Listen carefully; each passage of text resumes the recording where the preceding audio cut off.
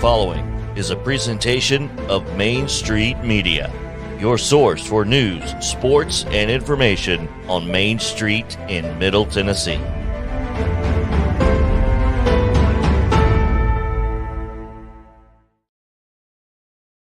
Flags. 30 years of the best sports talk in Middle Tennessee, featuring Tennessee Radio Hall of Famer George Plaster, Tennessee Sports Hall of Fame coach Watson Brown, and Young Guns Billy Derrick and Michael Sindrick. And now, here's your host, George Plaster.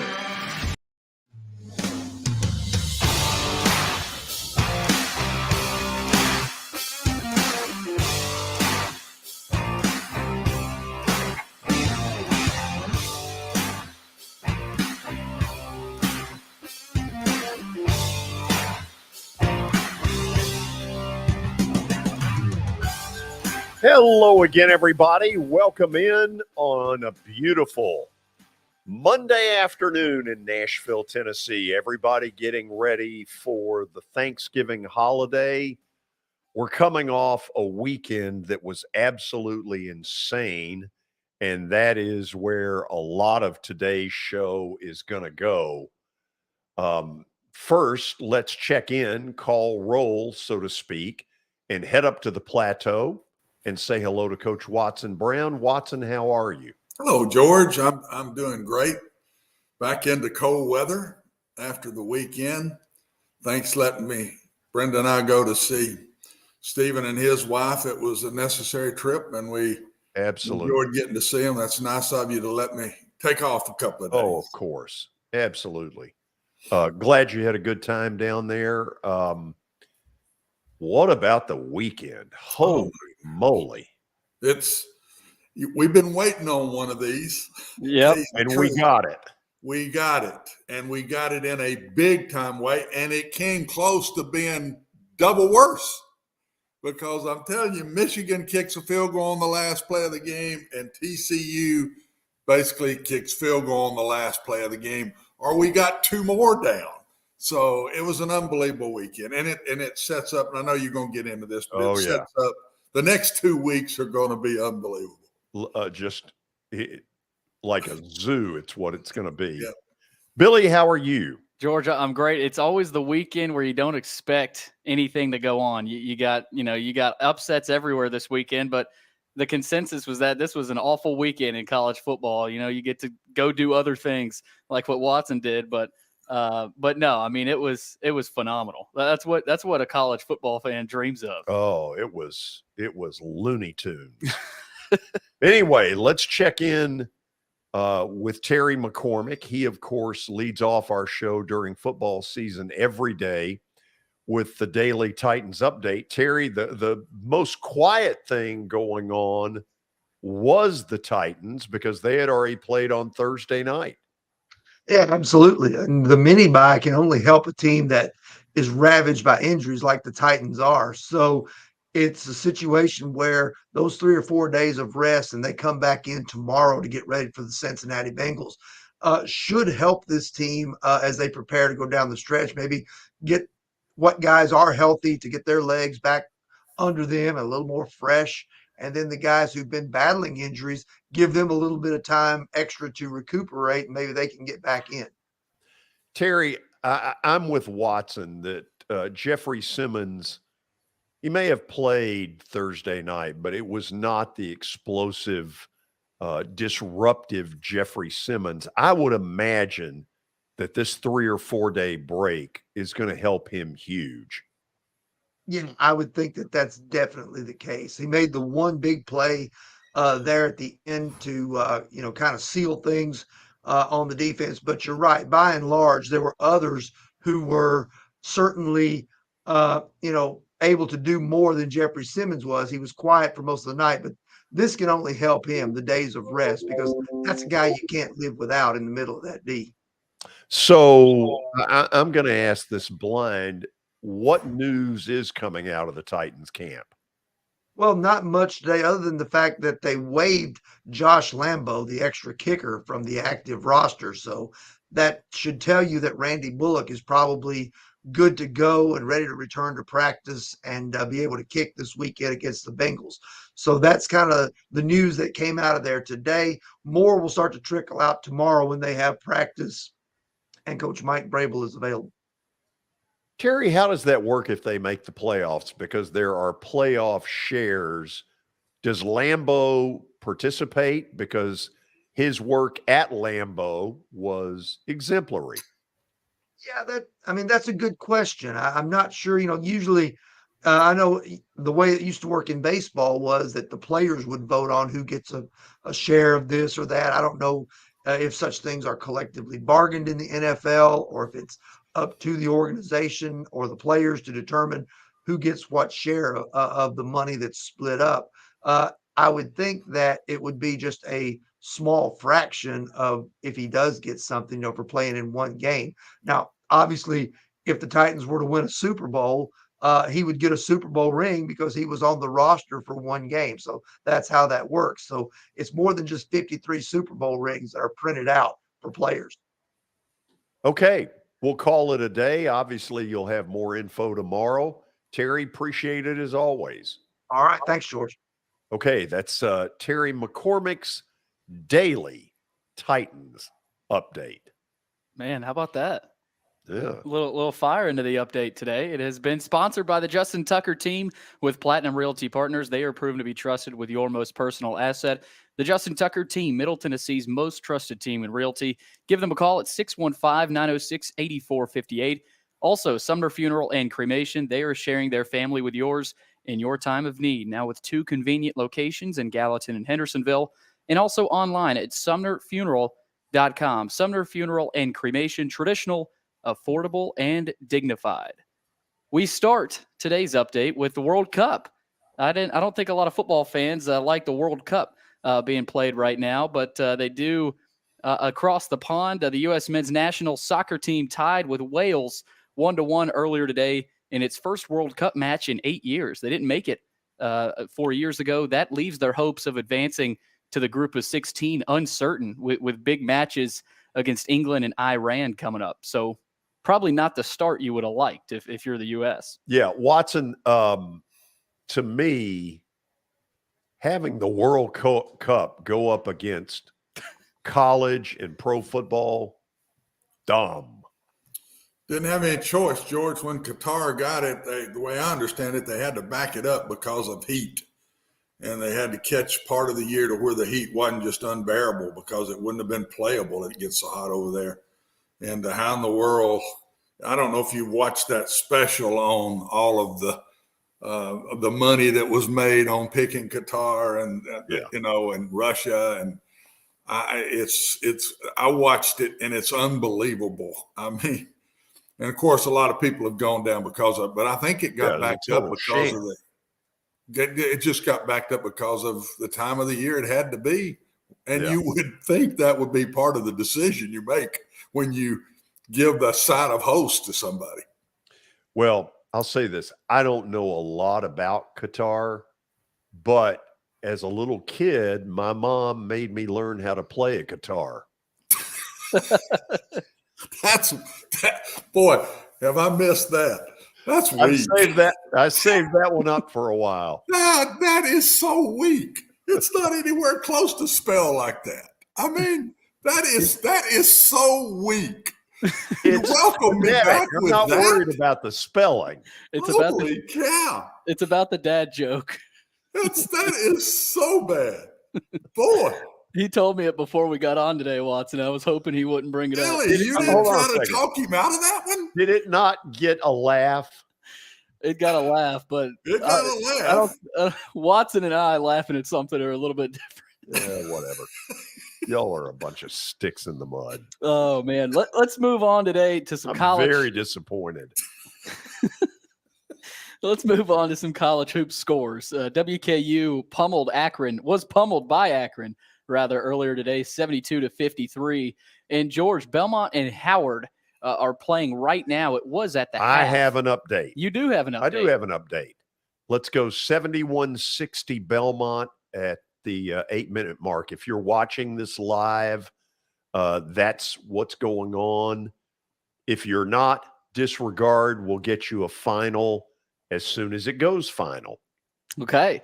Another team in Nashville in action tonight. Arizona comes to Bridgestone Arena, 7 o'clock puck drop. George, the Coyotes are struggling this season, while the Preds, they seem to find a little bit of a groove here recently. They're trying to bounce back from that overtime loss to Tampa Bay on Saturday night. So we'll see if they can get over 500, just like you in your bets of the day. Yeah, thank you. They, I'll ignore that. That was weak. That was really weak. Was that cold, Watson? Or that was cold. That was uncalled for? That was uncalled for. Only I can do that. Right. What? He's absolutely right. So I can't pick at George at all? Well, on certain things. That's a little personal when you start messing with him that way. He kind of takes that. Only you can get personal with George. Well, it goes both ways, Billy. He throws it back at me. Every bit as much as I throw it at him. So, Watson, what do you think? Preds get it done tonight? Yeah, they'll. This one will be a good one. How in the world did they lose it, George? Did you go? They were Saturday, up 2-1 and got beaten overtime. How did it go down? I don't know, but at least they got a point out of it. Yeah, they did. True. Yeah, you can't be too picky right now if you're the Preds. No, Tampa's a really good team. Yeah, really good. Let's move on to a bunch of NFL news. We got a bunch after the weekend. Arizona is expected to start backup quarterback Colt McCoy tonight against San Francisco in Mexico City. Kyler Murray continues to rehabilitate his injured hamstring. His outlook was positive late in the week here. Kingsbury said that he was progressing and had come a long way, but he's been listed as questionable. And, he's not going to play. He was questionable on Saturday, but he's not going to go tonight. Watson, didn't Colt McCoy get hurt in the title game that your brother had against Alabama? Bad concussion. Think about like the third or fourth play of the game. Yeah, and then they had to go with Garrett Gilbert. Mm-hmm. Yep. I remember that game like it was yesterday. It was we had a snow night. It was a snow day the next day after that. It was on a Monday night. I remember watching that one. It's on a Thursday night. Oh, was it really? Yep. Gosh, you guys are good. Check it out. George, checkmate. I'll tell you later why I remember. Okay. I think you're right now. Now that I think of it. Other piece here, Denver has waived running back Melvin Gordon after he fumbled for the 5th time in the overtime loss to the Raiders. He's 29 years old. He's their leader in carries and rushing yards this season, but he fumbled at the 2-yard line just before halftime, and it ended up costing them. They would have gone up 17-7, and then they tried a field goal and they missed it. So they were down 17-7 at the half. I'm pretty sure that's what it was. Watson, I was always a Melvin Gordon fan. This one has sort of baffled me. What's going on with his career? Yeah, and it just steadily headed downhill, George. Once it goes there, it's amazing. Man, when it starts, it's why they say NFL, not for long. True. Especially at the running back position. No kidding. That's why they don't pay them a lot of big bucks a lot of times, because they just don't last. Well, another position that seemingly doesn't last a whole lot longer than that one is the tight end. And Kyle Pitts suffered an MCL tear in his right knee during yesterday's win over Chicago. He's going to be sidelined for at least the next 4 games, but the rumor has it that he might be out for the season in Atlanta. Watson, I thought he would be an instant star in the NFL, and it really hasn't happened. Why do you think it hasn't happened? I haven't seen enough of their games. I don't know. I think he's more of an inside type receiver and not just a tight end, and you got to use him a lot of different ways to really get him the ball. They may be doing that. I don't know, but if they're still running the Titans offense that they ran with Arthur here, that it's tight end ball. It's not move the tight end out and let him run a lot of routes and do that. So that might be part of it. And if they're talking about a surgery on an MCL, that's real bad. Normally you don't operate on MCLs. They heal, and it usually takes about 6 weeks to get it completely well. If they're talking surgery, he must have done it really good. They were going to be in the playoff hunt, weren't they? At least in it? Well, they were, I don't know. Lord, that division's so dadgum bad. Wow. A 2-game winning streak can have you. 2-game win streak, you may be in right off the bat. Right. And a 2-game losing streak, you could be in the cellar. It's going to be Tampa. They're going to win that division. They are. One last piece here before the break, George. The Jets players are apparently upset with Zach Wilson's lack of accountability. Apparently he's not been taking any of the blame at the quarterback position. Watson, obviously the networks have had a field day with what he said after the loss at New England. Yeah. Offensively, they got nothing done. He had better be careful and realize that these are grown men and these are pros, and they're not appreciating his attitude. 9 of 22, and you say, no, it wasn't my fault. You're in New York and you make a statement like that, you're not real smart, because that's not the place to make that statement. It'll fly out of there so fast you don't know what hit you. I don't know. I've been disappointed in him. He just doesn't – every time I watch him play or listen to him talk, he's very immature. Just very, very immature, and this fly-by-night, perky little attitude he has. That's not going to go over in that locker room, George. I'm telling you now. You could get away with that if you're really doing good. He hadn't been really doing good. Better start taking a little blame here and saying we got to get better, because that's a pretty good football team. If they had better quarterback play, I'm not sure they wouldn't win that division. Absolutely. Watson, at what point as a quarterback do you just say, even if it isn't really your fault, just say, look, we'll figure it out. This is on me in the offense. It's up to me. The three positions I think have to do that, Billy, are head coach, offensive coordinator, sometimes defensive coordinator. Most time it's an offensive coordinator and a quarterback. And you have to own up and man up when things aren't good. Because when you don't, it's not just the fans looking at you, it's your own players looking at you. And I think there's a lot more respect when the head coach pops up and says, I did a poor job. We got out-coached. We'll get better this next week. And when the guy makes excuses, worst thing in a locker room that you can do, man. Okay, after the break, we're going to get to the stunner.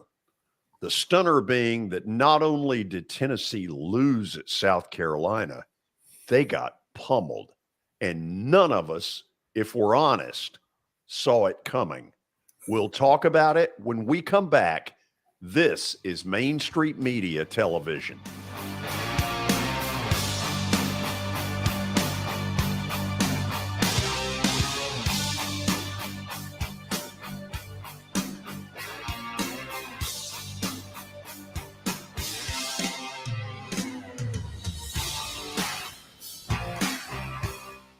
Buying or selling a home can be a very personal experience. Why not go with the team that receives nearly all of their business from referrals? Clearly a trusted name in real estate. The Justin Tucker team with Platinum Realty Partners has sold more than 500 homes in the last 7 years. Voted best in Sumner County multiple times. Proven to be trusted with your most personal assets. Call the Justin Tucker team with Platinum Realty Partners at 615-906-8458. The Justin Tucker team with Platinum Realty Partners, Middle Tennessee's most trusted team in realty. I highly recommend Sumner Funeral and Cremation because of their caring nature and attentiveness to detail. Pre-planning your funeral now will bring you peace of mind and less stress to your loved ones. When the chaos of losing you happens, your family can honor and celebrate your life, knowing things are happening just as you wanted them to. Pre-planning determines the details of your funeral, cemetery services, and can be less expensive. We are honored to serve you and are always here for you in your time of need. Sumner Funeral and Cremation. Traditional, affordable, dignified. SumnerFuneral.com. Jody Jones Dentistry can handle all your dental needs, from the basics to cosmetic procedures. All of this in the nicest dental facility I have ever seen. Jody has done it right.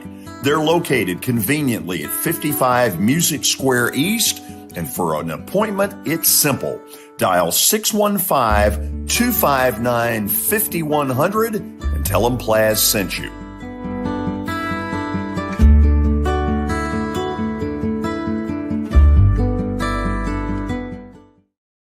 When you're thinking about golf, consider Riverside Golf Links. Under new ownership, the course has improved dramatically. It's now 27 holes, complemented by a 9-hole executive course. Book a tee time now at 615 847-5074 and get ready to enjoy the beauty of golf in the Old Hickory area at Riverside Golf Links.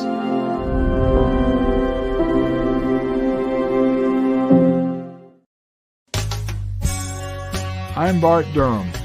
I was sworn in as a lawyer in 1963, and I've been working as a lawyer since then. We're a firm that does exclusively personal injury, a lot of tractor-trailer crashes. Insurance companies will open up their checkbooks when you force them to. We have systems that work. We get the most money for our clients in the shortest amount of time. I'm Blair Durham. My dad and I want to help. Give us a call at 615-242-9000. This is Eric Berner with Rockcastle Wealth Advisors. I help people in the pursuit of making their money live as long as they do. People hire me because I use a customized, individualized, and personal approach for the person I'm working with. Everyone's situation is different. If you've lost a spouse or a parent and want to make sure your inheritance is utilized and does not just disappear, I can help with that. Call me at 615-235-1058 or email eric@rockcastlewealth.com.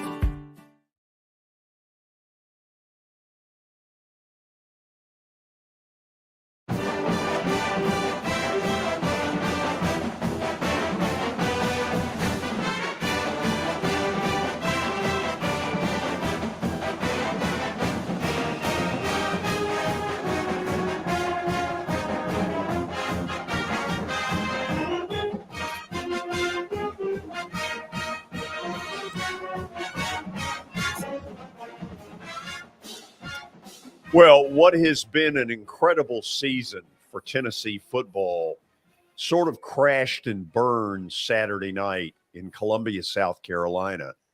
And in the process, not only did they most likely lose out on any shot at being part of the college football playoff, but they lost a terrific quarterback in Hendon Hooker. That is such a shame.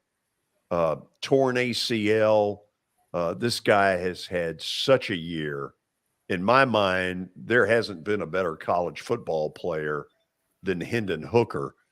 So, Watson, let's talk about what went down. I think we've all worried that defensively they were not national title stuff. Offensively, they were, but they sprung a leak Saturday night that never stopped. Oh, it was sad, Georgia. South Carolina scores 9 out of 10 times in normal, not counting right before a half when they just ran the clock out or something. 9 out of 10 times. And if this was Alabama, okay, it happened. But South Carolina, I mean, they've been awful. They had 9 first downs against Florida. We saw Florida's defense Saturday. It's just so-so. It's at best so-so. How in the world does this happen? I don't know. I just thought the Tennessee team, I'm going to talk hard to Tony about it. I thought the Tennessee team just didn't look ready to play. I mean, there was no emotion. Was it because, and that's the first general thing, was it because they were so uptight? It was such a big game. Was it because they got behind early quite a bit, which hadn't happened all year? They've always been the front runner and never been behind like that. I don't know. I know the game plan was a very smart one. Is Tennessee's strength on defense is up inside. Their weakness is on the flanks, and they just kept running those outside read plays, speed plays, different things they would do on the outside. I'm talking about South Carolina, George. And there was no edge. There was nobody set in the corner. The guys would just turn the corner and run 20 yards. And then when they'd turn up 10 and somebody'd miss a tackle and it'd go 40. And it was awful. Second thing I saw that Tennessee did that really made it easy, when a quarterback is struggling like the South Carolina guy Rattler's been struggling, you could tell he struggles with coverage and all high lows and all of that kind of stuff. And Tennessee goes in, George, and basically plays press man all over the field the whole game. Well, duh. I mean, he just took the ball and threw it to one guy, and he got hot. So all those throws kept coming, and he kept completing them. And Tennessee never got out of it. They just kept going man to man and just letting him turn and throw. He didn't have to go look here, then look here. Nothing like that in the game. I thought it was a very easy game for the South Carolina offense. And when it's that easy, I don't care how poor you are. When you get it, when you turn the corner with a ball, George, and you're running that fast, once you turn a corner, something bad's going to happen. And when a quarterback can just take it and throw it to the guy he wants to throw it to and knows he can throw it there, I just think that's too easy. And but on top of that, Tennessee just did not look into the game. And I don't know if it was nerves, overconfident. I can't answer that, but it didn't look like the Tennessee team we've been playing. And that's, George, that's athletics. That's athletics. I mean, how quick have we through our years, how many times have I been a part of it? You're rolling along and boom, something happens. And whether it's a major injury, whether it's a big, tough loss, whether it's both in one game like Tennessee. Or a suspension. Or a suspension that we don't know, and I can't wait to find out. Sooner or later, we'll find that out. Yeah. Now, and I got to think that had something to do with this. Okay, today he got asked point blank, he being Josh Heupel, at his weekly press conference. Adam Sparks asked him point blank, was he suspended? Was there X, Y, Z? And Heupel was very non-committal and would only say he will be available this Saturday. Well, first of all, it's going to get out. Yeah, because it is. People talk. You cannot keep with a kind of a traveling party, let's say of 100 to 125 people. There are a lot of people that were on that flight who know exactly what went down. Well, there's 125 football players and about 30 coaches that know what went down too. And so I would guess by the end of the week, we will know exactly what was what. Watson, my gut feeling, and this is me being very cynical, is that the lack of emotion, given that they are in a national title hunt, revolves around whatever was going on with Banks. Well, it's sad if that's true. And I've been, gosh, you both of you will have to say this. I've been in Josh Heupel's corner all year, man. I have just praised everything he's done with this team. I think he handled this poorly. I don't think as a head coach, you can't, what happened? Why didn't the kid play? Maybe you don't get completely deep into it. Suspended for disciplinary reasons. You can't, well, let's just say he didn't play. That's it. That's the way I thought I heard him say, well, doesn't matter. He just didn't play. You can't, George, I don't think in a program like high profile, like a Power 5 school, that you're going to get away with that. And when you hear it secondhand after he wouldn't tell you, I think that makes it even worse. I think that makes it worse. I think he should have addressed it. He should have addressed it right after the game when he went to the press conference. Just get it. Okay, you don't have to say what he did, but you just say, had to leave him at home for disciplinary reasons. He broke some of our rules, and we just can't put up with that. But he didn't do that. He didn't say it was an injury either. I read some of Banks's tweets. He denied that it was a fight in the locker room. There's been talk that that's what it was. Right. And he was part of that. He totally denied that, but he didn't say what it was. So I don't know. It doesn't take much in a locker room, especially of kids, to divide, to have a quick problem, George. And I've been on both ends of that, and I've looked back sometimes after I did and said I did not handle that well enough. I didn't just put it out there and address it, and here's what we're going to do enough. So I can't. I'm going to not defend what he did. I'm going to say I've had those decisions, and sometimes I didn't make them the right way either. but I think it hurt that team. I think that's got to be part of the reason we just saw a very lackluster defense and honestly kind of a lackluster offense too. Yeah. It wasn't up to their – I didn't see that separation at receiver.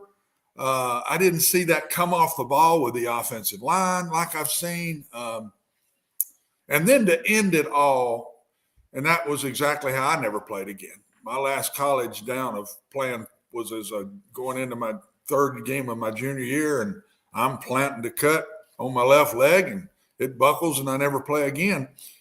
And here's this kid plants on his left leg, it buckles, and his college career is over. And George, he goes into that game with a great chance to win the Heisman. He's right there with 2 or 3 guys. Sure he is. And now he'll never play another down. It's really, really sad for him. I mean, that's really sad. I wouldn't put that on any kid. Yeah. So I am going to defend Watson Brown here. Uh-oh. A week ago, he threw out a scenario that Tony Basilio and I both laughed at about how deep could this thing go, and could it get an Alabama and or a Clemson back in the mix? Okay. Now, I want you all to look at where we're going here. Georgia appears to be in virtually, this side of a tidal wave. They'll beat Georgia Tech.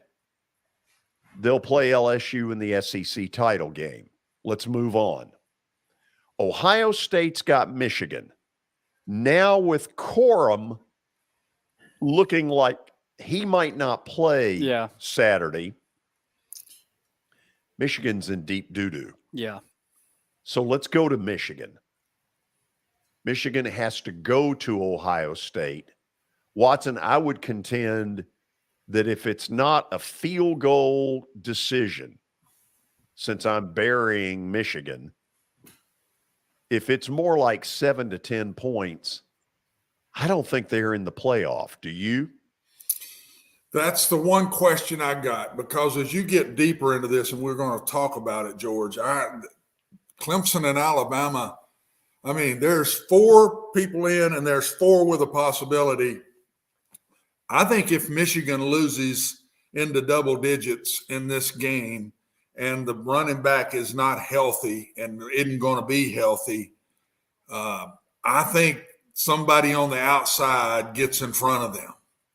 I really believe that. I don't think they'll stay in the 4 if they lose this game. I don't know how you feel, but that's the way I feel. That's now, the way I feel. If it's a toss-up in that, they might hang in at number 4, but that's even still going to be tough. So I think they're going to have to really put on a performance if they lose to hang in the top 4. Let's go to the glass slipper, the Cinderella story. TCU should have gotten beat Saturday if Dave Aranda had done a better job when Baylor got the ball 1st and 10 at their 25 of saying, we got to get a first down instead of just 3 line scrums. TCU'd be done. Can't believe he did that. Knowing the TCU, I'm not much to get on coaches. You know that because you get on me because I don't get on them enough. But that was bad. He got to make a first down. He knows how good this team is late in games. He knows how many times they've gone down and scored, George. You can't sit there and say my defense is going to hold them. You got to make a first down. He makes 1 first down, the game's over. And truthfully, he made no effort to get. No, it was 2 very blasé handoff plays and just here it is. We'll punt the ball. Okay, and he misses it by a yard doing that. Just a yard. Let's move past TCU let's go back to TCU. Oh, excuse me. Oh, nice. Is that Mac? I got on you. Go ahead. Get on me. That may be Mac calling to say. No, I don't think he's calling right now. Mac may be calling to say, I'm watching the show and George is brilliant. Then again, maybe not. Big 12 title game. TCU and who? Kansas State or Texas? I think it's Kansas State. Yeah, and I'm telling you, don't screw with Kansas State. That's a darn good. That is no easy game right there. No. Either one of those, Kansas State or Texas, they'll beat Iowa State. But George, if they lose and they got one, do they go below some of these other guys? We're fixing to get into that, I take it, right? Oh, yeah. Okay. That's where I think they might fall out with one loss, even though Georgia wouldn't, but I think TCU would. Let's go to USC. By the way, great game Saturday against UCLA. I saw the end of it. That was awesome. Rose Bowl has never hopped more than it did that night. Yeah, I was a little surprised. Is it reasonable to believe that USC cannot get by both Notre Dame and a Pac-12 title game, probably against Oregon? I think that's a tough go, bud. They just don't play defense, George. They can't play defense, and sooner or later you're going to have an offensive game that my brother just did it. He can't play defense, and sooner or later you have an offensive game, and it threw him out of everything because he had one of those just average old Joe offensive games, and Southern Cal is capable of having one of those. I personally think they're going to lose to Notre Dame this weekend, but I could be wrong. Yeah, but that's two toughies to play right there now. So they're not out of the woods by any means. And they lose one more, they're out. Notre Dame's a really good test for them because they've got one of the best O-lines in the country, and you're going to see if USC is built like a playoff team. Can they stop the run? That'll be interesting. And the early returns are they're not. Yeah. Now let's go to LSU. That's a tough game. LSU goes to A&M. I expect them to win that game.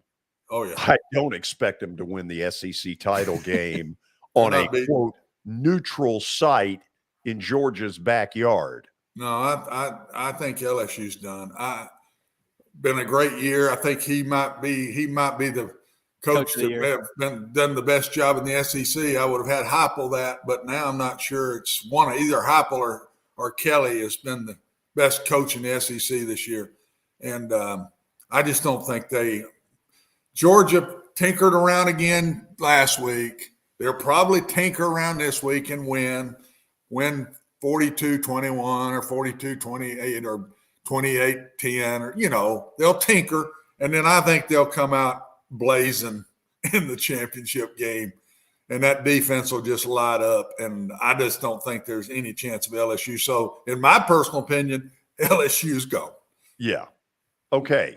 So let's get to the two that would benefit from all this chaos. You got Clemson at home against South Carolina, ACC title against Mac Brown and the Tar Heels, December the 3rd. Now let's put Alabama up there. They've got the Iron Bowl at home and then no game until who knows what. So, Watson, let me go through this scenario that you presented a week ago and we laughed at you, and it's no longer laughable. No, it's not. Michigan loses by something other than a field goal at the buzzer. They get beat, and it's fairly obvious. That's very possible. TCU, very possible they don't get by Kansas State. USC got two tough ones. LSU, not going to win at Georgia. All of a sudden, it opens up. At Georgia. All of a sudden, yeah, might as well be. I mean, it's what would we call Mercedes-Benz? Professional Georgia North. So all of a sudden, a Clemson and or an Alabama are sitting there going, how about us? Oh, they're not just saying, how about us? They see it. They see it. And I still think, I still think Alabama's just liable to be there. I think Clemson loses to North Carolina. I think North Carolina will come back. They'll beat NC State this week. NC State's got no quarterback whatsoever. Just got beat good at Louisville. So they're going to win that one. They'll have their ears laid back, and I don't think Clemson's that good, George. I don't. They bumped up a little because they beat Miami. Lord, everybody's beat Miami. I mean, I think Clemson's going to lose to North Carolina. I think Southern Cal's going to lose a game. I think LSU loses to Georgia. Alabama passes all three of those with a loss. So they're going to be sitting 5. The question to me is TCU. Do they pass TCU with one loss? Do they pass Michigan with one loss? If all they got to do is pass one of those, and they're in the Final Four, this thing's pretty close to happening, in my opinion. How about that? You know, we laughed a week ago, but we ain't laughing anymore. Well, it's all because I think a lot of it was because Tennessee lost. It looks a little bit more believable now. Hey, go back and show LSU for just a second. That stadium shot you see, if you've never been there at night, put it in there with stuff like Lambeau Field, Tiger Stadium at night. Spectacle. Is one special building. I got a text late Saturday night, George. UAB's playing LSU this week. Yep. And our radio guy that's still there, that when I was there, he texts me, the game's over, so it's a break, and it's late, and it's in the fourth quarter late. He texts me and says, I vividly remember I'm sitting in the exact seat I was sitting in the night we beat them. I vividly remember bananas being thrown at this shield in front of me. He said, I was bombarded with bananas. Just wanted to text you and see if you were listening. That's beautiful. Oh, no, it's a great place at night for college football. I don't know. I don't know who you call one, but it's got to be in the top 5, George. Whoever else you want to put in it, LSU would be in the top 5. Yeah. Okay, when we come back, we're going to get Watson's reaction to the Titans' win at Green Bay. A couple of thoughts about them before we get knee-deep into the 5 o'clock hour with Watson's not only top 4, but top 8. We've listed all of them. The question is, what order has he got them? And then my studs and duds. Oh, Lord. Are there some duds? There are some. Oh, my God. There are some dregs of society in college football that are on the dregs, that are on the duds list. And anyway. Shocker, Hawaii is not one of the duds. I left Hawaii out this week. How about that? I take Hawaii the week before. I don't put them down this week, and they win. I mean, give me a break, Hawaii. What does that say for the team they beat? Stick around. We got plenty more coming. This is Main Street Media Television.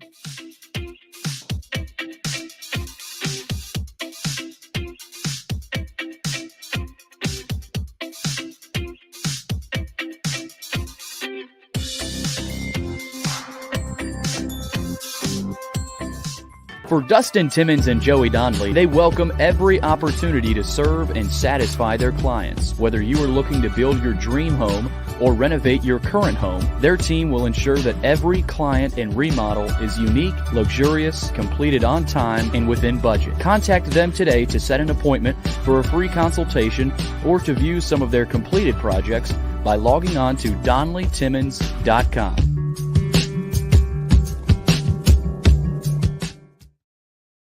At WellSkin Dermatology and Aesthetics, we pride ourselves in providing access, innovation, and a patient experience second to none. Access to care and treatment when you need it. Innovation with medical-led cosmetics and various on-site technologies for full-service treatments with a customer experience that is calming, casual, and effective. Independently owned, providing medical, surgical, pediatric, and cosmetic dermatology and more. Visit WellSkinMD.com to schedule your appointment today. WellSkin Dermatology and Aesthetics. Access to healthier skin.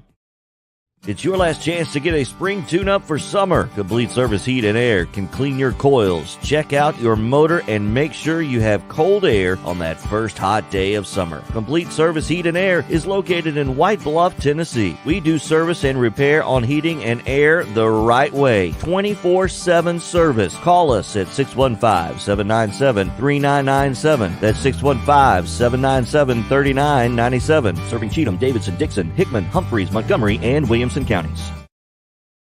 Have you heard about the high levels of radon in Middle Tennessee? Radon gas is the second leading cause of lung cancer, second only to smoking, and has no color, no taste, and no smell. The only way to know if you have radon is to test for it. Duret Radon Mitigation offers testing for small and large-scale residential and commercial properties plus mitigation services. Visit DuretRadonMitigation.com to request testing or get a free estimate for mitigation. That's DuretRadonMitigation.com.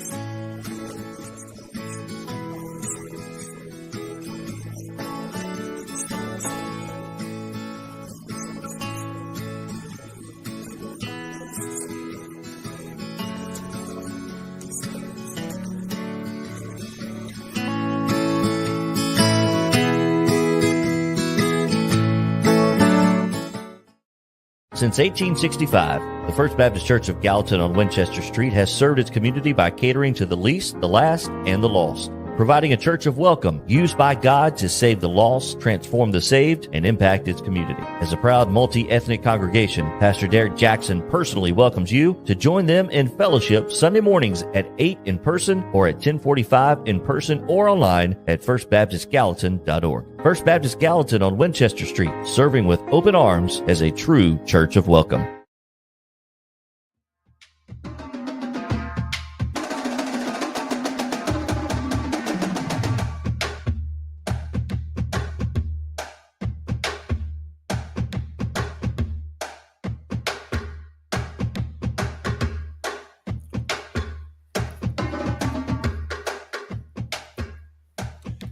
Well, if you can figure out football, more power to you. Here's where I'm going with this. Dallas wins at Minnesota yesterday in one of the absolute beatdowns that I have seen in a while. 40-3 was the final.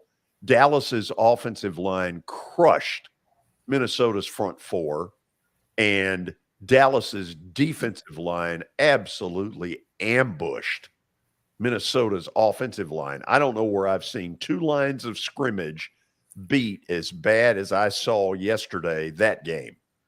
A week earlier, Green Bay was able to beat Dallas. And of course, Thursday night, the Titans were able to beat Green Bay. By the way, Watson Brown's Titans analysis is brought to you by the folks at Pennington Distilling. So, Watson, what level of respect should we be giving the Titans based on those things I just threw out there? I still say, I said it, we've been saying it the last couple of weeks. I'm strong saying it again, is nobody wants to play them. They don't want that to be their first game in the playoffs, George. They're a different bunch. Their style is so different. You have to change your mindset that week. Your game plan is totally different than your normal game plans. I said it to you on the weekend. I said, it's like playing a military school. That's what they are. You line up and play them. It's a complete different game. You do something you haven't really done all year long. You have to get up and crowd the line of scrimmage against them. It's just a different game. And the physicality, it's a short game. When we used to play the military schools, you knew you were going to get cut down about 20 plays of what you normally get the ball because they just sit there. It's those slow down like before the shot clock in basketball, George. And Lord, we all know that from high school. We play teams that just do that to you, drive you crazy.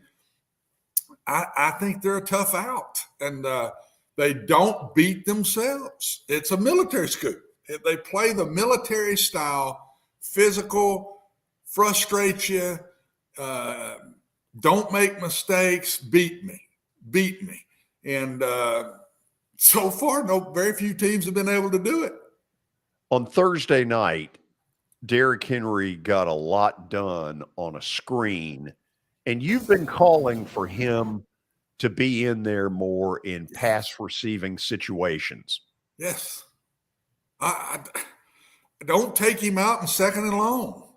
If it's 3rd and 4 or 5, don't take him out, George. He'd be a great pass protector. I mean, You can still put the ball in the guy's belly and it's going to hold everybody. I don't care if it's 3rd and 4. I don't care if it's 2nd and 12. Don't take him out. He's got to get a rest. I understand that. But don't just because it's long yardage take him out of the game. This was a great play. He does this so well. That's the Tim Tebow play from many, many years ago now. But he's it. Everything, what do we always say? Everything goes off of number 22. That is the best, and I'm sure you're going to talk about this. Y'all probably already have, but that is the best play call game that our offensive coordinators had, I think, in 2 or 3 years.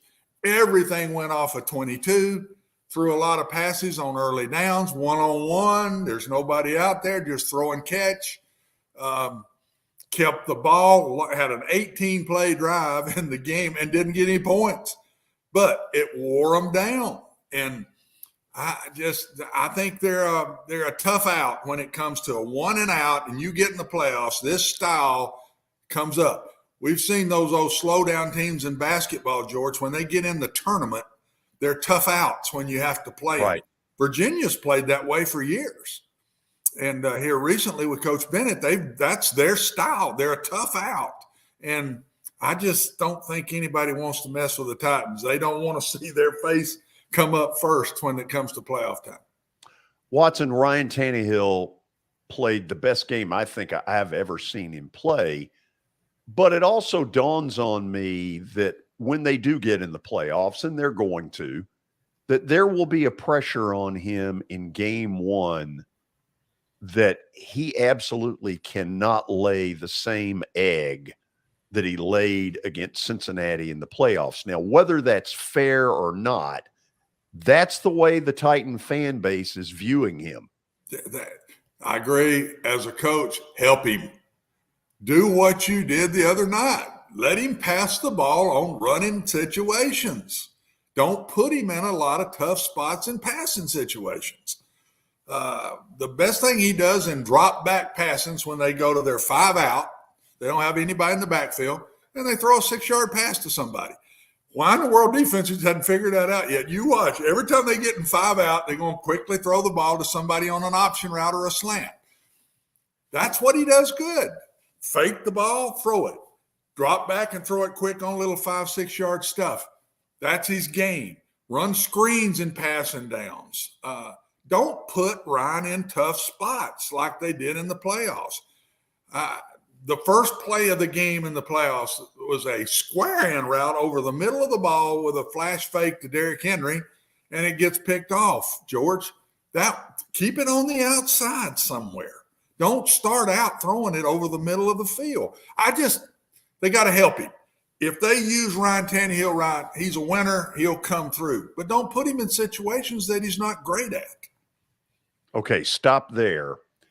We'll pick up on all these kind of conversations tomorrow with Tony Basilio when we get into Tennessee and Vandy, because all of a sudden, this is a game. Yeah. Joe Milton a year ago was a complete stiff. And if he's a stiff on Saturday, this game's going to get a whole lot more interesting than any Vanderbilt fan thought a month ago. Any Tennessee fan thought a month ago. Yeah. Anyway, we'll go to stat of the day next, and then we'll get into all of our 5 o'clock stuff where we release Watson's top 4 on the college level. We'll get into my studs and duds, and then we'll get into the rumor mill of the college jobs that are open. Has anybody noticed? It's been unbelievably quiet. This is Main Street Media Television.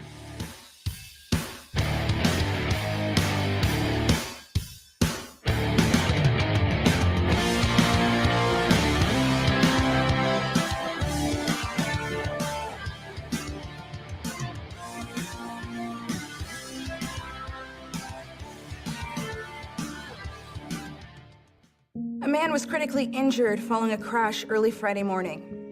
Officers at the scene said the victim was driving a pickup truck when he lost control of the vehicle. The pickup veered left and went into a ditch. A front seat passenger was wearing a seatbelt and escaped the crash without injury. The driver was not wearing a seatbelt and was ejected from the truck. He died at the scene. Law enforcement writes tickets to save lives. Hit After Hit has become the baseball store in Tennessee. They have over 1,000 different models of gloves and over 1,500 wood bats. They also have several Iron Mike pitching machines as well as a Hit Tracks machine. If they don't have it, you probably don't need it.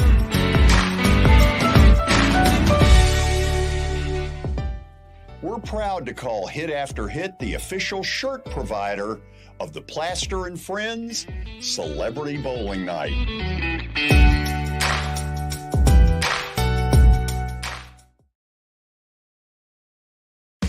Christmas for Kids is back at the Ryman this November 21st. Christmas for Kids provides children with shopping sprees, coats, and unforgettable experiences every year.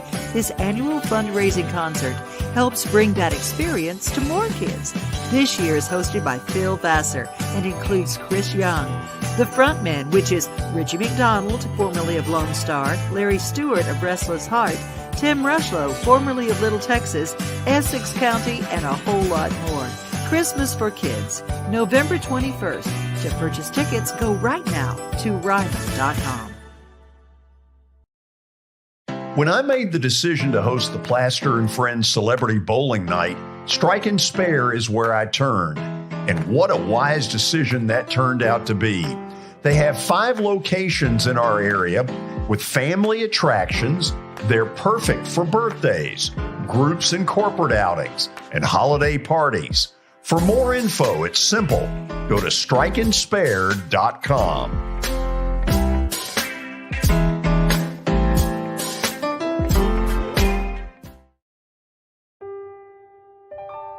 This holiday season, the largest lantern event in the country returns to Nashville Zoo. After sunset, come see more than 1,000 Chinese lanterns. All new designs including mythical beasts, a fantastical North Pole village, even a dragon soaring over your head. Welcome back to Zoo Illumination at Nashville Zoo. Bigger, brighter, and better than ever. This is attorney Bart Durham, and this is me. I'm Aaliyah. Keeping in good physical condition is really important to me. But when I had a wreck with a tractor-trailer truck that hurt my legs so bad I couldn't work for almost a year, I knew I needed a lawyer that understood tractor-trailer cases. So I called Bart. Bart gets millions of dollars for his clients every year. At Bart Durham Injury Law, we've handled hundreds of tractor-trailer cases. My dad and I want to help. Give us a call at 615-242-9000. Hey everyone, I'm John English. This is Keith Wallace, and we would like to welcome you to John English Antique Sports and Cards in Shelbyville, Tennessee. We specialize in graded and ungraded sports and non-sports cards, vintage wax boxes, and unopened cases. We have a large selection of PSA graded cards. We also specialize in old sports collectibles, baseball, football, basketball, golf, and tennis. You can find it all at John English Antique Sports and Cards. We are happy to be associated with Nashville's greatest sports antique, George Plaster.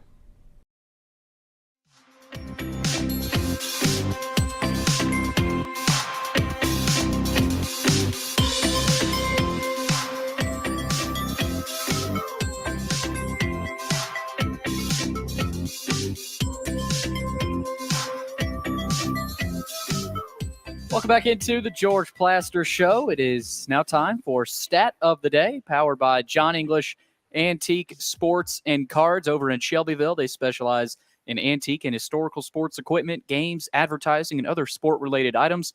You can find them in Shelbyville, of course. They're open Tuesdays through Fridays from noon to 5 and Saturdays from 10 a.m. to 5. Visit them online at johnenglishgradedcards.com. Also, Eric Berner with Rockcastle Wealth Advisors. Give Eric a call at 615-490-7052 or visit rockcastlewealth.com for more information. All right, George, you get Watson back for Stat of the Day. That's got to be God. That's got to be a little bit of a good feeling. Because I can push some of the blame at him when we bomb on this. It doesn't all have to be on you. Oh, honest blame, too. You can push honest blame at me. All right, here we go. Which 2 NFL quarterbacks are tied for the record for the most consecutive games with both a passing and rushing touchdown in the Super Bowl era. That's 5 straight games. Ooh, let's think about this. Which 2 NFL quarterbacks are tied for the record? And that's 5 straight games, and are they playing now? Yes. They're both still playing? Yep, they are both active. So they would have a pass and a run. Okay. Watson would, and Billy, you stay out of this. We're thinking this through. Okay. With intelligence. Sure. Dak Prescott would be a name that maybe ought to get some consideration. True? Yeah. There's a guy in Kansas City that might also fit that bill named Mahomes. Did he get one last night? Oh, this doesn't have to be current, right? This isn't current. No, it doesn't. I don't think this means the last 5 games of this season. It's not current then. So this could already be broke. It's both of them are at 5, but they could have stopped at that, right? Yes. Yeah. I don't think Brady is in this list. No. There's nobody in our division. What about Deshaun Watson? That's a really good one. I thought about Mariota, but I'm not willing to go there. Okay. I think we're going to go down in this one, George. Well, let me ask you this. Russell Wilson. We're going down, brother. Russell Wilson? Possible. Yeah. Okay. We're putting possibilities out there. Taking your time. We are taking our time. If you have a problem with that, I'm ready to see Watson's reveal. You just keep it to yourself. Watson, of this group, are you you got to put Josh Allen in that. Okay. Allen. You got to put Josh Allen in okay. Lamar Jackson. Yeah, I guess that'd be right. You want to go with those 2? I think we're wrong because I don't think we can possibly get this right. Yeah, why not? Go with it. Josh Allen, Lamar Jackson. Whatever. Justin Fields and Kyler Murray. Whatever. I don't like the question. Kyler Murray, yes, that's one we missed. Justin Fields is a little surprising. I wouldn't have thought he'd throw a touchdown pass in 5 straight games. Is there one person out there that got that right? I don't know. No way. God. We didn't get either one of them, and I knew we weren't. We had a few comments. Everybody was saying Lamar and Mahomes. I'll tell you what it reminded me of. It reminded me of my freshman year at Vandy. I took an econ class. I was struggling. And the final exam, imagine I took one look at the final exam and just said, I am screwed. I'm headed to summer school. Same feeling on this question. You made an effort on this one, though. Oh, I put more effort. I had more intelligence on this than I did on econ. Micro versus macro was a really difficult concept for me. Not fun. Have we not reached the 5 o'clock hour and then some? We have reached it and then some. It's 5:04. Imagine it is that. Sponsored by the Middle Tennessee Bone and Joint Clinic. They combine state-of-the-art orthopedic service with a family atmosphere, whether it's a sports injury, a sprained ankle, or a major joint replacement. MTBJ has the staff, training, and equipment needed to take care of any patient in any circumstance. Visit them on the web at mtbj.net for more information. Okay. We're about to get to the top 4 that we do every week, but now it's got some real stuff behind it. Watson, to me, the decision was whether you were going to make TCU or Michigan number 3. The other 2 at the top are obvious. I put TCU because they've been in so many tight games and won them all, and Michigan's tailback got hurt. That was the reason I put Michigan 4 was the tailbacks hurt. Are you in any way looking ahead to Michigan likely losing to Ohio State? So you went ahead and put them at 4? Yeah, probably, maybe so. I don't know. I guess we're going to the next part. But my question to both of you, if both of these two lose, if one of these two lose, and that other group of 4, all 3 of those 4 lose, and Alabama's sitting there, does Michigan stay in front of Alabama? Does TCU stay in front of Alabama with 1 loss? Well, I think there's a Nick Saban factor that will enter into this, that the committee will give you. They'll tap dance around it. But the real answer is they got more confidence in Nick Saban than they do in TCU. And if one of those has 1 loss and Alabama gets in, look out. All hell will break loose. Oh, my goodness. Well, did that Ohio State team that got in, did they have two losses as a 4 seed that year? Everybody was all up in arms. Yes, I think that's right. They did. That's what this reminds me of a little bit. If Alabama gets in, you could have a safe bet of them maybe winning it all. Wasn't that the year that Ohio State won it all too? Yep. What I thought. Well, and guys, both Alabama's losses were on last play of the game and 2 of the toughest places in the country to play. So I mean, it's not like they had a Tennessee game where they got blown out, or something like that, or LSU that got blown out by Tennessee. Blown out. I mean, that game was over at the half.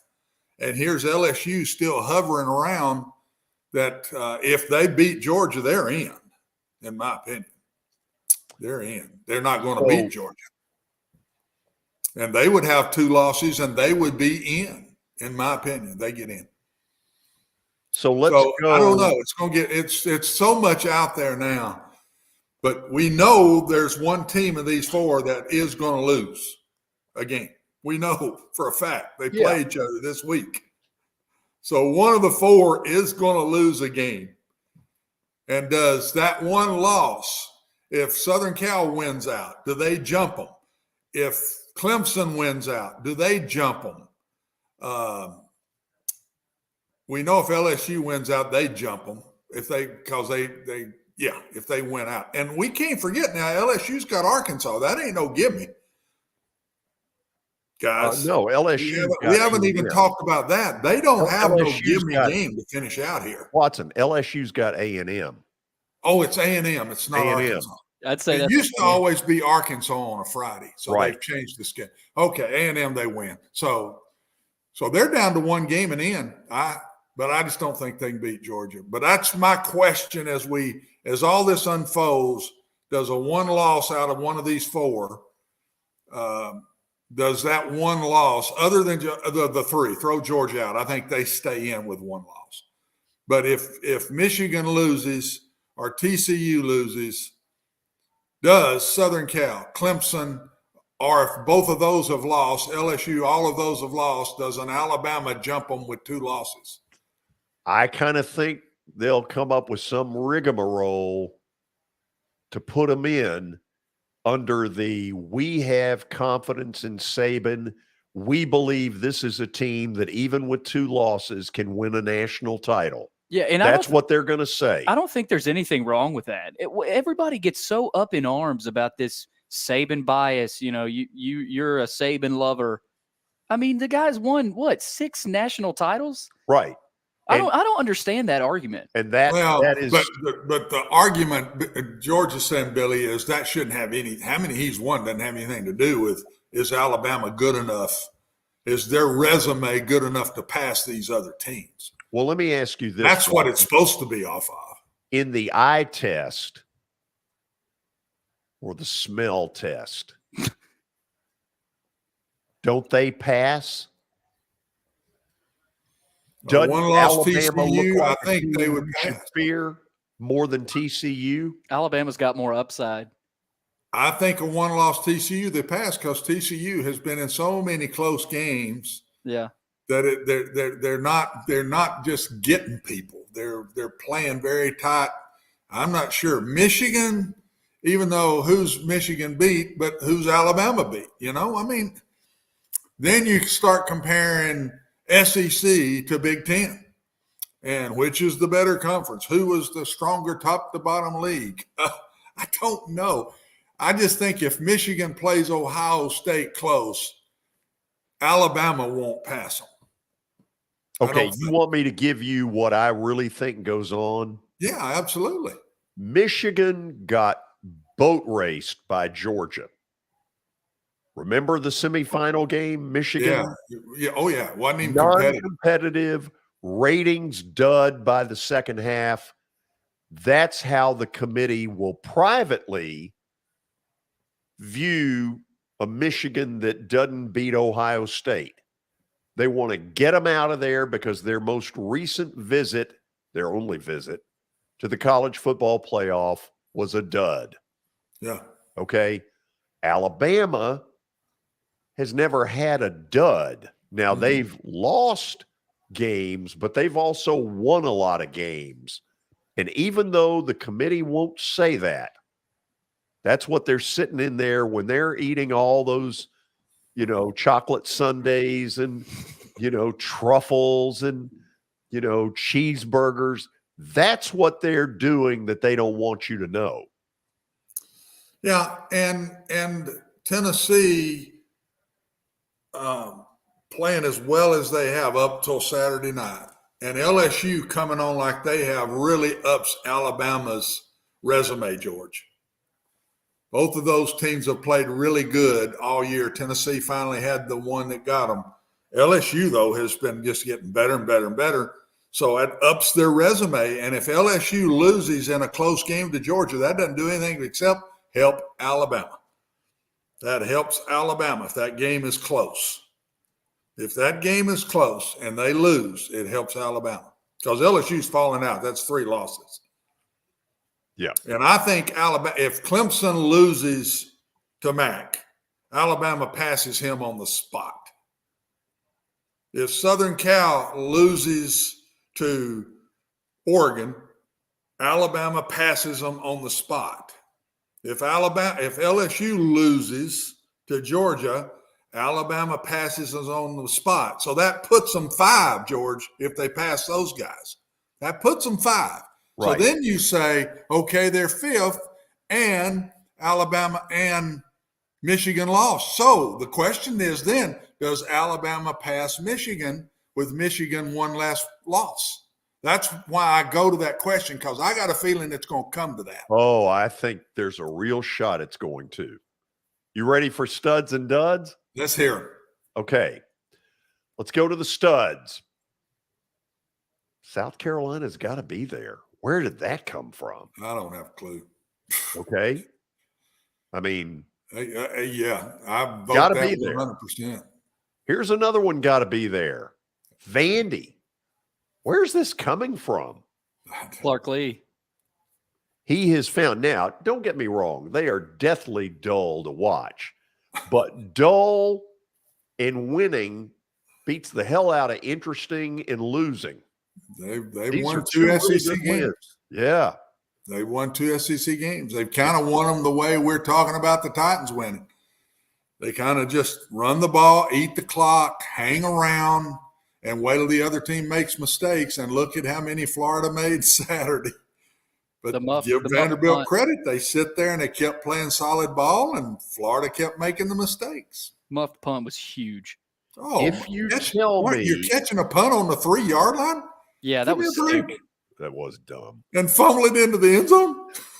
Worse. And the long snapper recovers it? And the long snapper recovers it. Give me a break. Oh. Who's your third stud? Texas. Hook 'em. Well, they killed them. Kansas. They got them back from last year, didn't they? Yeah. That's a last year payback's what that was. I did not put Kansas in my duds. They've had too good a year for me to do that to them. Don't disrespect them. No. The Fighting Jayhawks. The fourth one. Where did this come from? They beat the hell out of Ole Miss. I didn't see any of it. Did Jefferson play? It was 42-6 at one point. Yeah. Did Jefferson play in the game? Yeah. Y'all know? Yeah. Did he? Yeah, he played. They're He different didn't teams. play against Liberty. No, they saved him for this game. Now to the duds. Oh, yeah. Florida, pitiful. Oh, no show. No I think show. the cold weather, they just said, I ain't playing today. I ain't playing today. Get me out of here. It's 40 degrees, a light zephyr. Screw it. We're out of here. Get me out of here. Get me back to sunshine. Item number 2. Look at that. East Carolina was the home team. This is not a great Houston team. This is an East Carolina that died like a dog. Pitiful. Oh, man. This is my favorite right What do here. you do? Bark, bark, bark, bark, bark. Ride like a dog. Watson, any team that loses to Hawaii has got to be in the dud category. No credit to Hawaii. Don't tell me Hawaii's gotten better. Hell, they had nowhere to go but get better. I don't even want to talk about Hawaii. Just go on to somebody else. Hawaii would be a 3-point underdog to Murfreesboro, Oakland. Might be more than that. Pick them. Wow. Might be more than that. Listen to Watson pile on. Our 4th dud. Oh, Shiano. Really?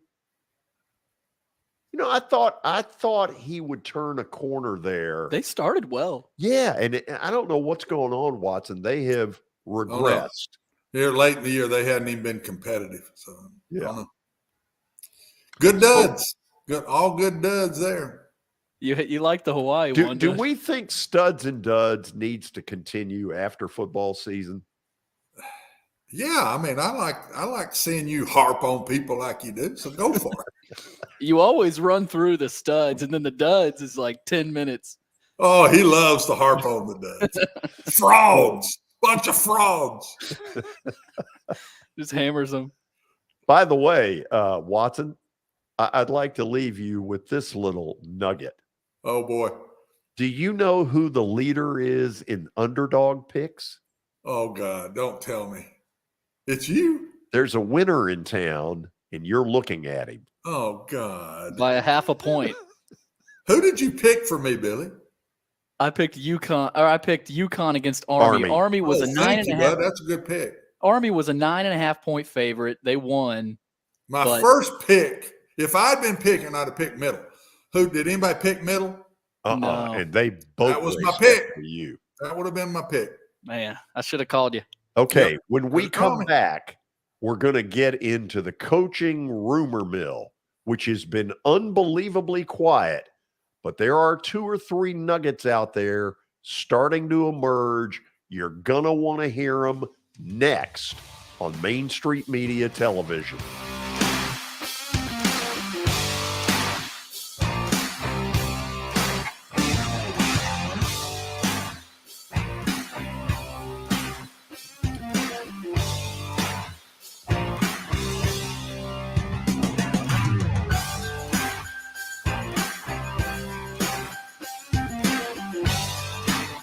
Buying or selling a home can be a very personal experience. Why not go with the team that receives nearly all of their business from referrals? Clearly a trusted name in real estate. The Justin Tucker team with Platinum Realty Partners has sold more than 500 homes in the last 7 years. Voted best in Sumner County multiple times. Proven to be trusted with your most personal assets. Call the Justin Tucker team with Platinum Realty Partners at 615-906-8458. The Justin Tucker team with Platinum Realty Partners, Middle Tennessee's most trusted team in realty.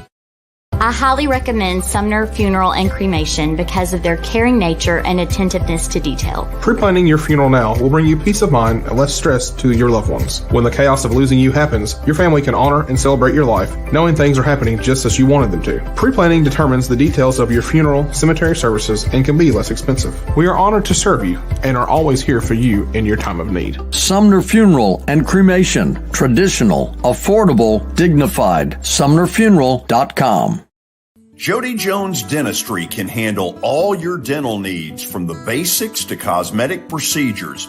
All of this in the nicest dental facility I have ever seen. Jody has done it right. They're located conveniently at 55 Music Square East And for an appointment, it's simple.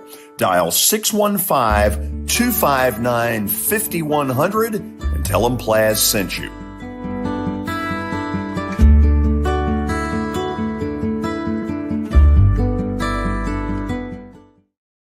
When you're thinking about golf, consider Riverside Golf Links. Under new ownership, the course has improved dramatically. It's now 27 holes, complemented by a 9-hole executive course. Book a tee time now at 615-847-5074 and get ready to enjoy the beauty of golf in the Old Hickory area at Riverside Golf Links.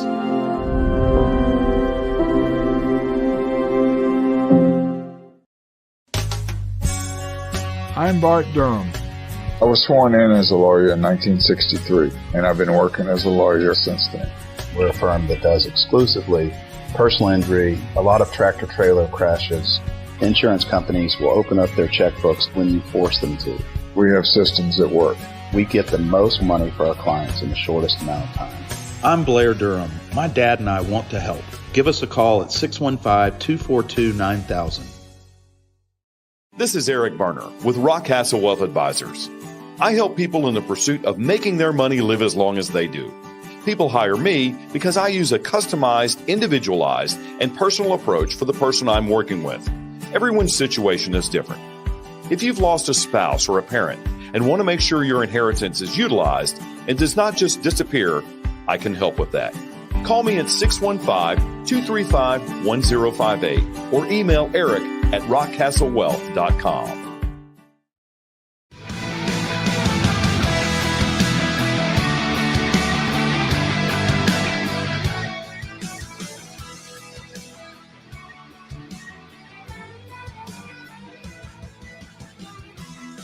Okay, we're back. If you're watching this live, first of all, thank you for doing that.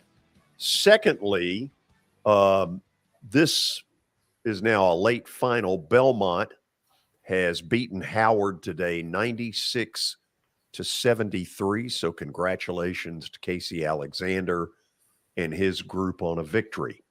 Watson, why has the coaching rumor mill with 5 jobs that are already out there, 5, 6 that are out there, why has it been able to stay so quiet? I think it's because football season has been so exciting. People are just not into it right now. I'm sure if you're down in Alabama, Auburn has been discussed a bunch, but get ready because come Sunday, it'll start. The last game of the year is over on Saturday night, and come Sunday, it will start heavy. Okay. Watson, do you believe that Deion will end up somewhere else next season? I'm not sure he won't. I think he might get one of these before it's over. Well, I think it also depends on how he does Saturday in the championship game against the MEAC team.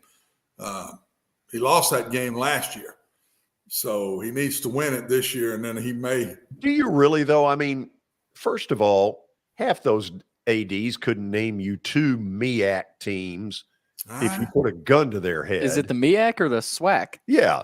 It's the SWAC against the MEAC. Okay. But what I'm saying is they want Deion for the recruiting ability and the sizzle that he brings. They want to see him win this last one.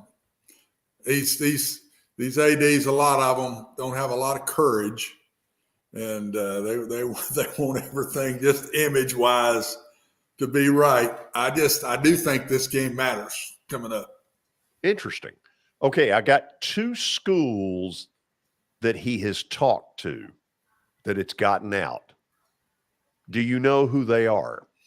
I would say South Florida would be one of them. Bingo. And name the other 4. Name the other 4 for me. It's Auburn, Georgia Tech, Nebraska, Colorado. I would say South Florida and Colorado, one of them. Bingo. I say Colorado and South Florida. Okay. Now. I don't think he's going to Colorado.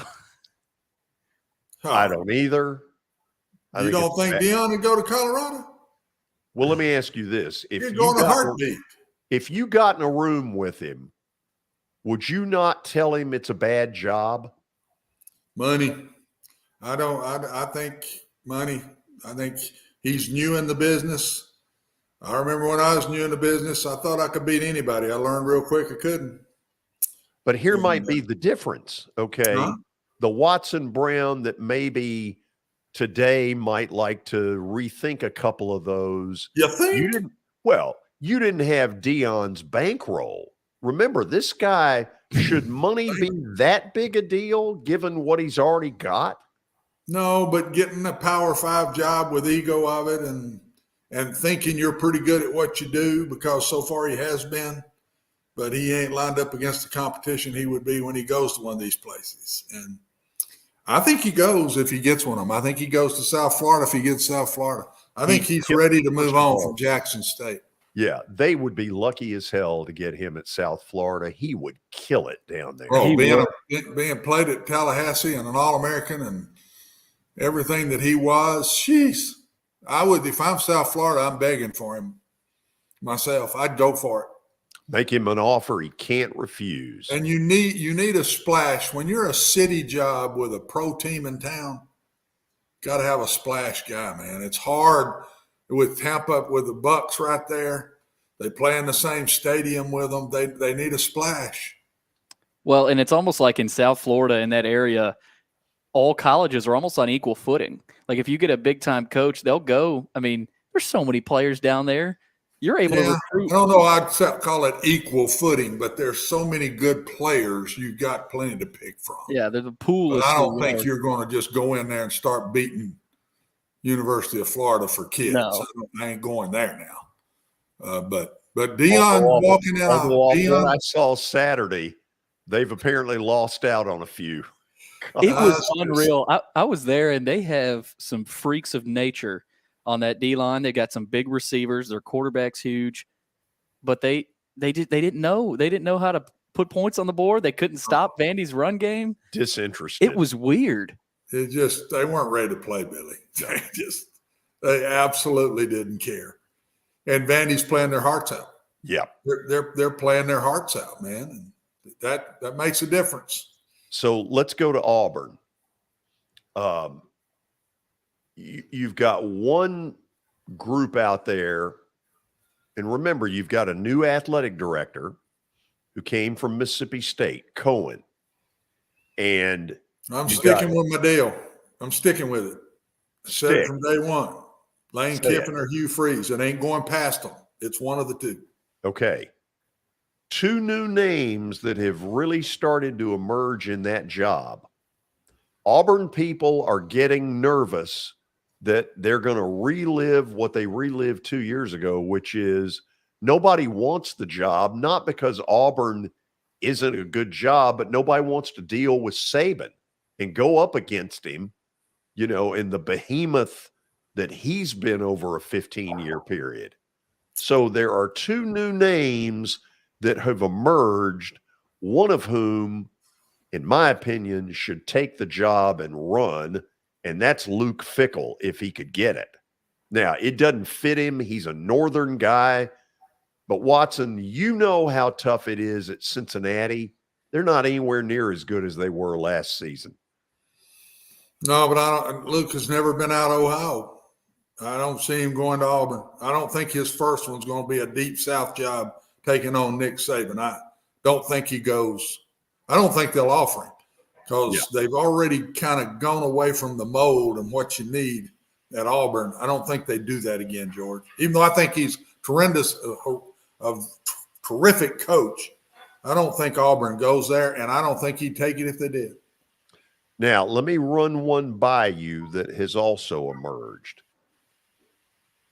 It's a name you've heard before, and I'm going to tell you why I think there is at least a tad bit of validity. James Franklin. I think that's interesting. Watson, a friend of his has told me that he is not wild about State College weather. And you know how cold it gets up there. and he'd like a little warmer climate. Well, if that's the case, and James Franklin's pretty brash, do I think he'd be willing to take on Saban? Maybe. Well, he knows Nick's getting up there. He knows he's not going to be around long. And he's in the same division with Ohio State and Michigan, is he not? Yep. The legends. So, I mean, he's already having to take on two behemoths, George. So, and he's weird with that. He just liable to show up somewhere and go. I mean, that wouldn't surprise me. That one would be one I would keep around. That one would be one I would keep around. That makes a file that one away. File that one away. I hadn't put anybody up there with Lane and Hugh at this point. I still think one of those two goes, but that one I would put in the mix. Yep. Did you see the nice turnout at Kyle Field for the second half of A&M and UMass? There was no one there. He's got to be gone. Never have I ever seen that place.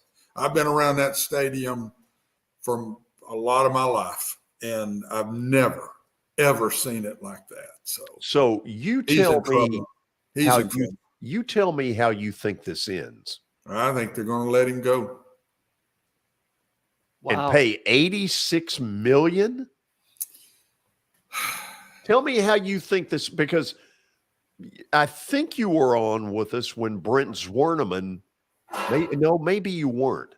No, I Brent wasn't. Zwerneman covers Texas A&M for the Houston Chronicle. Mm-hmm. He's the guy that broke the story about Texas and OU coming to the SEC. He's a very good writer. I asked him, I said, what is the amount of the buyout?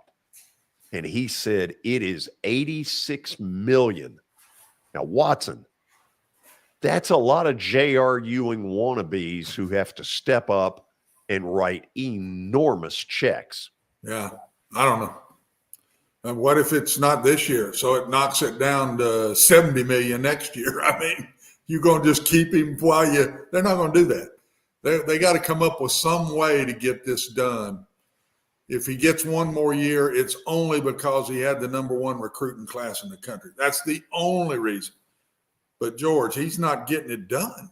No. I mean, why isn't he getting it done? I mean, we know about the quarterback, but what about the rest of it? What is going on? I can't tell you that. I'm not there. I'm not a big Jimbo Fisher fan anyway. For some different reasons through my career, and I don't know. I think he's done a very good job, but I know it started fading on him at Florida State, and I thought he ran from it at that point. And then, of course, after he left, it really fell off like I thought it looked like it was fixing to. And I don't know. May not even be his fault. I don't know enough about it to really comment, but the Aggie people are just not used to this and not going to put up with it, in my opinion. And that is probably the richest fan base and university in Power 5 football in the country. Richer than Texas? It's with it. Yeah. I'm telling you, they got a lot of money in those alums at that place. Ooh. A lot of money. They may not have as many alums as Texas, but it's almost quantity over quality. Oh, I think they got more. I think it's a larger school than Texas is. Really? Yeah, I think A&M is a huge school. In a larger stadium by about 12 to 15,000. Wow. No, the Aggies, over 100. Money has never been an issue at that school. Now, $86 million is an issue, but money has never been an issue. They may give him one more because of that, George, but they're going to owe him 70 the next year, or 65 or something still. Oh, Watson, let me ask you this. If I think we all believe something's going to go down at West Virginia.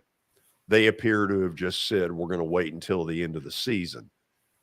Is what is going on at A&M enough to sour West Virginia from Jimbo? It's a good question. Being a West Virginia guy, born and raised, won a national championship, that carries a lot of weight. You can mess up quite a bit after you win one of those. And good question. I'm sure A&M would beg to see him take that job and ease their pain.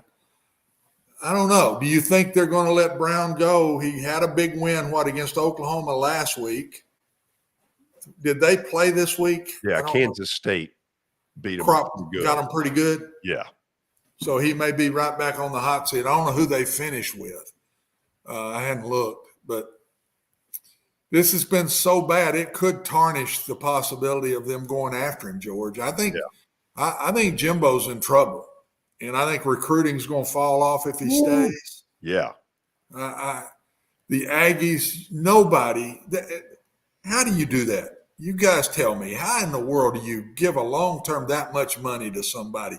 Oh, I don't know. Anybody can mess something up. Anything could happen. In the name of winning the press conference and getting a big name, they appeared to just say, whatever, you fill in the amount and we'll go with it, which is insane. If there's anything comes from this good, maybe it'll stop some of this stuff because it's getting out of hand. Oh, it's total. I mean, $86 million. How could is that a 10-year? It'd be 9 and 86. Would that be what it is? He's making 10 something a year. He's making 10 or 11 million a year. It's nuts. Uh-huh. After the break, Watson, let's talk about this. So Vandy got their first home win against Florida since 1988, and the coach of that team is in the picture you're looking at. I was wondering who was coaching. And I'll give you a hint. It's not. Wasn't George Plaster? No, it wasn't. But I was at the game. No, I rooted for you. George, I can't tell you how many texts I got. That popped up, I guess, in the broadcast. Oh, yeah. And I started getting text on it. I said this to Brenda, not patting myself on the back because I've had many losses too, but on that day, I'm getting texts from UAB people because we beat Nick Saban and LSU. Right. And I'm getting texts from Vanderbilt people since that's the first win against Florida on the same day. That's weird that it would go down. That is weird. That's weird. But it happened. It happened. We'll go to the break. Watson, a very big night for Plaster Bet of the Day. I want to hear it. Well, you will. Next. Not underdogs. Okay, I got you. Oh, what did I say? No, you said it right. I just took it wrong. Okay. You took the lead in underdog picks? I did. I know you're bitter. Let's not talk about that. Your attitude needs to improve. How in the world does this happen? Well, let me put it this way. Let me use this phrase. A standard of excellence. Oh, God. Here we go. Here we go, Billy. Get ready, bud. A standard of bullcrap. Just get ready. He is the top front runner of all time. You try to play this game and see how easy it is. We're back after this.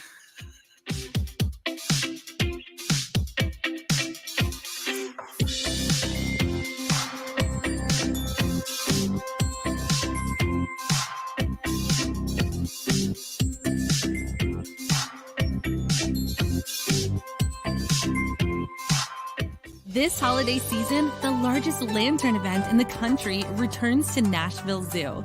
See more than 1,000 Chinese lanterns. Welcome back to Zoo Illumination at Nashville Zoo. Bigger, brighter, and better than ever. When I made the decision to host the Plaster and Friends Celebrity Bowling Night, Strike and Spare is where I turned. And what a wise decision that turned out to be. They have 5 locations in our area with family attractions. They're perfect for birthdays, groups and corporate outings, and holiday parties. For more info, it's simple. Go to strikeandspare.com.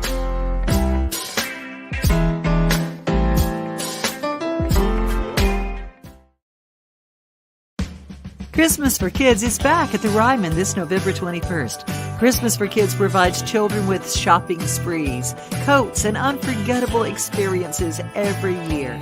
This annual fundraising concert helps bring that experience to more kids. This year is hosted by Phil Vassar and includes Chris Young, the frontman, which is Richie McDonald, formerly of Lone Star, Larry Stewart of Restless Heart, Tim Rushlow, formerly of Little Texas, Essex County, and a whole lot more. Christmas for Kids, November 21st.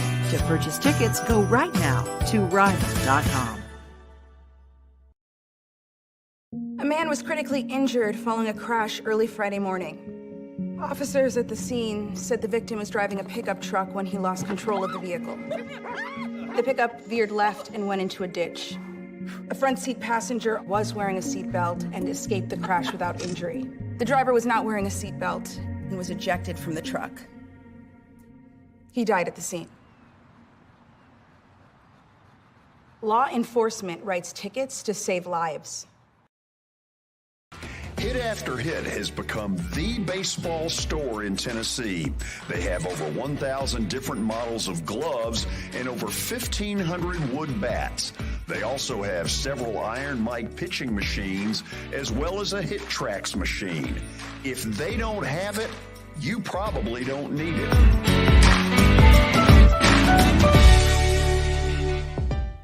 We're proud to call Hit After Hit the official shirt provider of the Plaster and Friends Celebrity Bowling Night.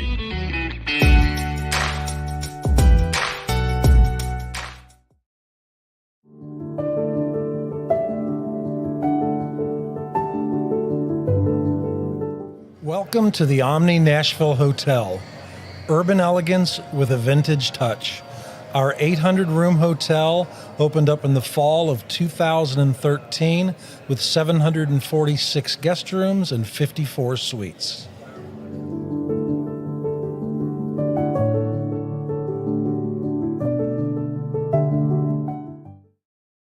This is attorney Bart Durham, and this is me. I'm Aaliyah. Keeping in good physical condition is really important to me. But when I had a wreck with a tractor-trailer truck that hurt my legs so bad I couldn't work for almost a year, I knew I needed a lawyer that understood tractor-trailer cases. So I called Bart.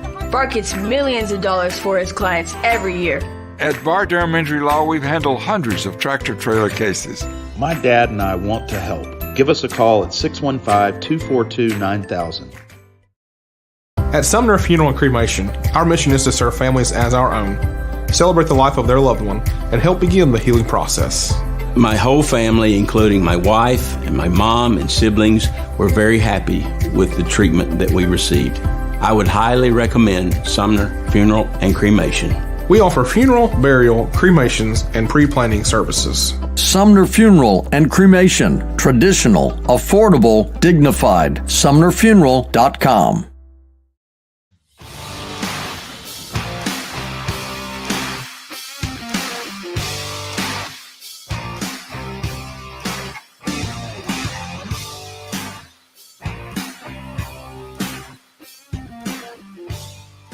Welcome back into the George Plaster Show. It is now time for Plaster's Bet of the Day. You get to tune in and get your lock of the night for tonight. Sponsored by Bart Durham. Since 1975, they have aggressively protected the rights of a broad range of victims of car accidents and personal injury in both Tennessee and Kentucky. If you too have seen your life interrupted by an injury on a highway, in a hospital, or at your workplace, let their attorneys do the work fighting for the full financial compensation that you need. Learn more about Bart Durham Injury Law by logging onto their website. That's bartdurham.com. Okay, George, you ready to check out your weekend results? Yes, I am. TCU lost. Ugh. Ole Miss lost. Ugh. Texas Tech win. Yeah. Oregon win. Texas Tech won on several fronts. Yes, they did. Mm-hmm. So you're at 75 and But 77. You left one out. Tonight, San Francisco. There's a two-team teaser, Watson, that started with Buffalo, who took care of business. And now we move on to San Fran tonight, who will play in Mexico City against Arizona. And the Cardinals apparently will not play Kyler Murray for the second straight week. They'll go with Colt McCoy. So I've got San Fran teased down to, I don't know, it seemed like back on Friday it was -1 or -2. Yeah, not much. So, Watson, my belief is that that's going to get me within one game of 500. And then this is going to get me to the promised land. Let's go, Preds. Oh, good Lord. Boy, way to stick your neck out. Oh, well, you know what? You will, okay, reverse it. Take Arizona. No, let's see you. No, because the Preds are going to win, I believe. Well, duh. Well, duh. I mean, this stuff isn't easy. You got to take the layups. I put my neck out on the line every night for the show. And yet you sit here and criticize me when I get one layup a month. What do you want, a hug for losing? No, I don't.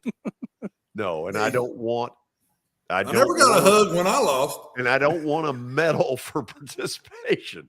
Yeah, that's what you're trying to get here. No, you want a medal for participating. But do telling not me how hard it is. That's like making an F in English and getting – and nobody gets below a C. I mean, he's letting you have it. I love it. I'm getting you a trophy when it's over. If you finished in a losing way, I'm going to get you a trophy and it's going to say, thanks for participating. We need to get him an above 500 trophy. Let me say you keep coming up with Nashville against Arizona's, it'll get there. Let me just say this. I don't appreciate your attitude. I'm just telling you the way it is. Oh, I know what you're doing. Really sticking your neck out. Well, I know exactly. Arizona's awful. And I don't appreciate it. You don't appreciate that Arizona's awful? No. Look, let's hope that this is a gimme. It is a gimme. No, it's not a gimme. Hockey's a sport. Here we go. Yeah, well, you know what? Listen. Get the violin out. Poor George. This is a hard job, George. See if you can get through it. Try to improve your attitude by tomorrow. Otherwise, I'm going to call Mac. Oh, yeah, go ahead. He'll really take your call right now. Yeah, this may not be the best week. Would not be the time to make that call. Just forewarn you before you do.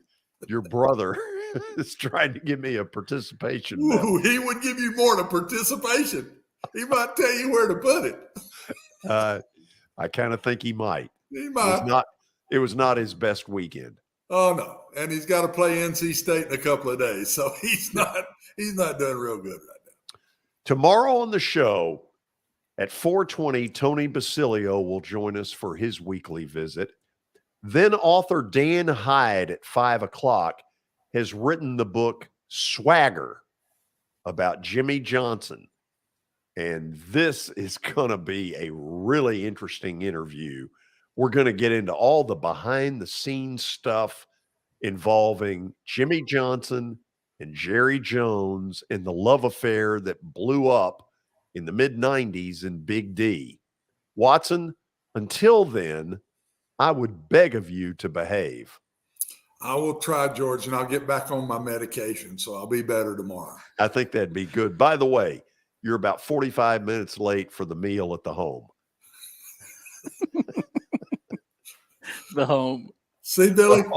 See? He goes first place, Billy. He goes first place in underdogs, and all of a sudden, this snarly attitude, he just starts showing up again. Here we go. First place, baby. Never gets old. Watson, see you tomorrow. Billy, George, try to clean up your attitude as well. You can count on me to have a good I one. haven't been pleased with yours either. Oh, jeez. We'll see you tomorrow on Main Street Media Television.